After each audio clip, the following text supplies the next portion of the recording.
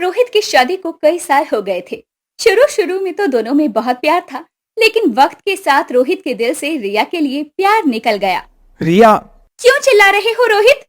तुमसे कितनी बार कहा है कि मेरी चीजों को हाथ मत लगाया करो। मेरी फाइल कहाँ है? कब से ढूंढ रहा हूँ।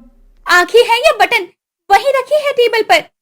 रिया की बात सुनकर उसकी सास ललिता वहां आ जाती है और कहती है, अरे बहू, ऐसे बात करते हैं क्या अपने पति से? शर्म कर ले बहू, शर्म कर ले। माँ जी, आप अपने बेटे को भी तो देखिए ना, वो किस तरह से बात करते हैं मुझसे। मैं तो तुमसे बात भी नहीं करना चाहता, मजबूरी में बात कर रहा हूँ मैं तुमसे। रोहित ये बोलकर अपने ऑफिस के लिए निकल जाता है। तभी वहां ललिता अपनी बहू से कहती है, तो रोहित से ढंग से बात किया कर, आखिर पति है वो तेरा। माँ जी, आपको पता है वो बात करने के लायक नहीं है। मुझे ये पता है कि मैं कैसे झेल रही हूँ इन्हें। आपको पता है माँ जी, हर समय किसी न किसी लड़की से बात करते रहते हैं ये। अगर ऐसे मैं फोन करूंगी तो आपके बेटे को चलेगा क्या? अरे उसका किसी से चक्कर भी है तो क्या हो गया, पत्नी तो तू है ना, कहीं भी चला जाए आएगा तो तेरे पास ही।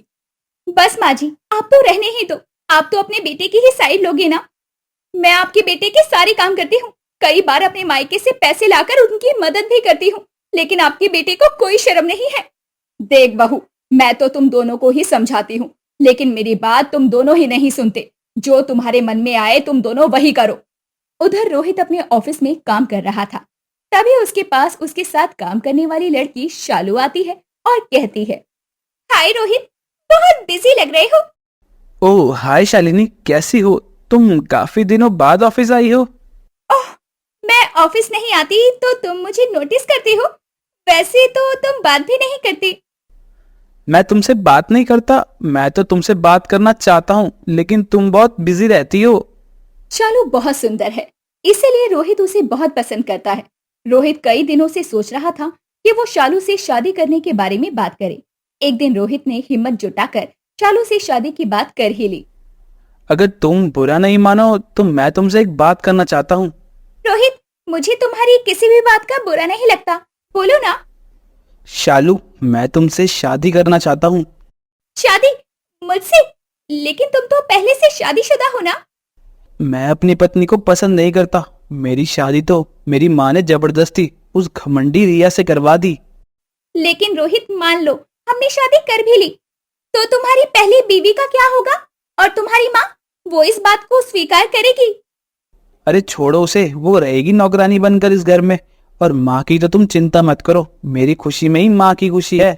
कुछ ही दिनों में रोहित ने शालू से शादी कर ली और उसे घर ले आया। उन दोनों को देखकर रिया बहुत हैरान हो गई और वो गुस्से से बोलने लगी, रोहित, ये क्या किया तुमने? दूसरी शादी कर ली? मैंने क्या नहीं किया तुम्हारे लिए, और तुमने शादी करने से पहले एक बार भी मेरे बारे में नहीं सोचा। तुमने कभी सोचा है मेरे बारे में? और ये बेचारी पत्नी होने का नाटक मत करो। मैं तुम्हें शुरू से पसंद नहीं करता, वो तो माँ के कहने में मुझे मजबूरी में तुमसे शादी करनी पड़ी। लेकिन बेटा, शादी ब्याह गुड्डे गुड़िया का खेल नहीं है कि एक पसंद नहीं तो दूसरे से कर लो, और दूसरी पसंद नहीं आई तो तीसरी से कर लो। माँ, मैं भी तो आपसे यही बोल रहा हूँ कि शादी जिंदगी भर का रिश्ता होता है। जिससे हम प्यार ही नहीं करते उसके साथ सारी जिंदगी कैसे बिता सकते हैं? आपको इतनी सी बात समझ नहीं आई और आपने हमारी सारी जिंदगी बर्बाद करने की ठान ली। रोहित ने अपनी माँ और पत्नी की एक भी बात नहीं सुनी और शालू को लेकर अपने कमरे में चला गया। अगली सुबह रिया अपने कमरे में ही सोती रही। उसने ना तो किसी के लिए नाश्ता बनाया और ना ही कुछ भी काम किया। शालू को ये सब देखकर बहुत गुस्सा आया और वो अपने पति के पास जाकर बोली, रोहित, तुम मुझे इस घर की नौकरानी बनाकर लाए हो क्या? मेरे आते ही तुम्हारी पहली पत्नी ने घर का सारा काम त्याग दिया। सुबह से ना तो चूल्हा जला है और ना ही घर में झाड़ू लगी है।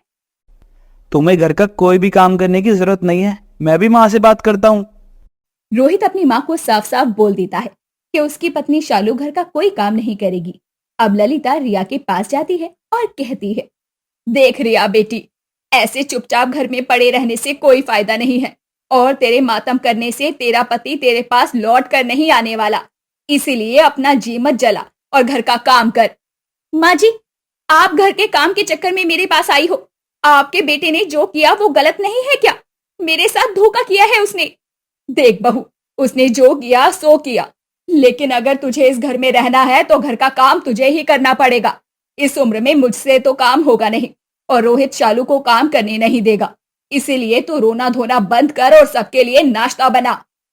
बेचारी रिया के पास कोई और ठिकाना भी नहीं था, इसीलिए ना चाहते हुए भी उसे उस घर का काम करना पड़ता है और घर में रहना पड़ता है।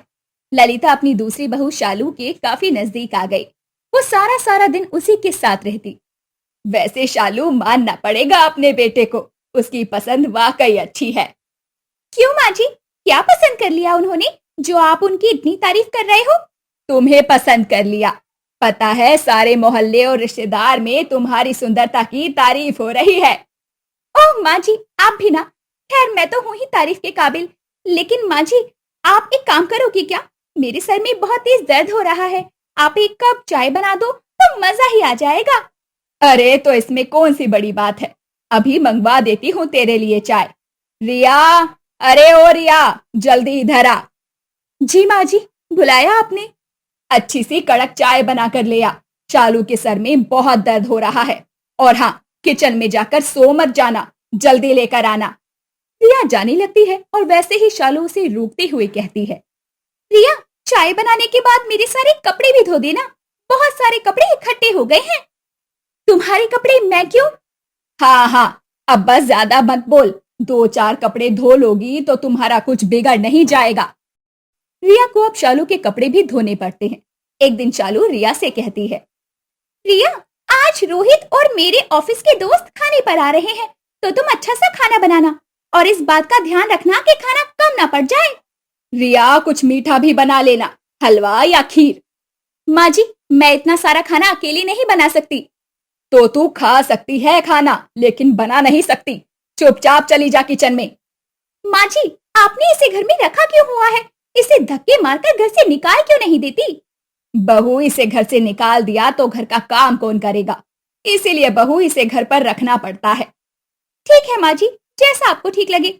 चलो मैं तैयार हो जाती हूँ और रोहित को भी बोल देती हूँ तैयार होने के लिए। शालू तैयार होकर घर देखती है तो गुस्से से रिया को आवाज लगाना शुरू कर देती है, रिया रिया, क्यों चिल्ला रही हो? चिल्ला इसीलिए रही हूँ कि किचन के अलावा भी बहुत सारे काम होते हैं। ये घर की हालत देखना कितनी बुरी हो रही है। मेरे 2 ही हाथ हैं और तुम्हें इतना बुरा लग रहा है तो तुम सफाई कर दो। शालू रिया को थप्पड़ मारते हुए कहती है, अपनी औकात में रहकर मुझसे बात किया करो, तुम इस घर में केवल एक नौकरानी हो। तभी ललिता भी वहां आ जाती है। रिया तुझे कितनी बार बोला है कि तू अपने काम से काम रख, चल अब सफाई कर दे, इनके दोस्त आते ही होंगे। ललिता की बात सुनकर रिया दोबारा घर के कामों में लग जाती है। सभी लोग घर पर आते हैं और वो रिया के हाथ के बनाए खाने की बहुत तारीफ करते हैं। खाना बहुत अच्छा बनाया है, किसने बनाया है? हाँ यार, किसने बनाया है? ये खाना रिया ने बनाया है। हाँ, रिया भाभी ने ही खाना बनाया होगा, क्योंकि जहां तक शालू को जानते हैं उसे तो चाय भी बनानी नहीं आती होगी। शालू को ये बात बहुत बुरी लगती है और सबके जाने के बाद शालू ने कहा, रोहित मैं तुम्हारी बीवी को इस घर में बर्दाश्त नहीं कर सकती हूँ, समझे? तो ठीक है, तुम अभी इस घर से निकल जाओ। रिया तुम चुप करो और जाओ यहाँ से। क्यों चुप रहूं? मैं यहाँ से कहीं नहीं जाऊंगी। अगर कोई इस घर से जाएगा तो वो तुम जाओगी। रोहित को रिया की बात से बहुत गुस्सा आता है। उसने रिया को बहुत मारा। आज के बाद इस घर में रहना है तो मुंह बंद करके रहना होगा, नहीं तो तुम जा सकती हो इस घर से। अगले दिन रिया अपना सामान लेकर घर से निकल जाती है। वहीं दूसरी ओर शालू सारे घर का काम अपनी सास से करवाती है। अब देखना यह है कि क्या रोहित को अपनी गलती का एहसास कभी हो पाएगा। रिया अपने लिए क्या रास्ता चुनेगी और ललिता अपनी ही बहू के अत्याचारों का शिकार यूं ही होती रहेगी या वो कोई कदम भी उठाएगी।